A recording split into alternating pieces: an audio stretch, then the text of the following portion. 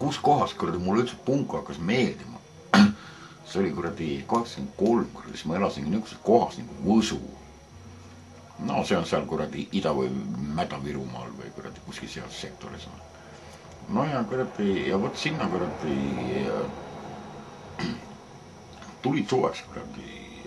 Ühel kuradi punkaril oli seal kuradi mingid sugulased ja siis kuradi ülejäänud punkarid tulid sinna külla ja siis mulle kuradi hakkas õudselt kuradi millegi pärast meeldima, no pisikene kuradi mosivaras kuradi sõitis punnivõriga ringi ja siis kuradi vaatasin kuradi, ei ole kuradi kitid kuradi olnud, noh kuradi tead, kuradi plekid jõkke täis riputatud ja kuradi kahtlane kuradi arjakene on peas ja kuradi püksid on katki ja tuutööd ja kuradi, kas kuradi kuriuss on püksesse pesad hind või midagi niukast, noh.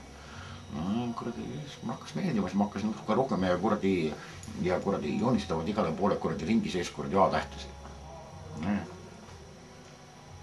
Siis mul hakkas asi huvi pakkuma.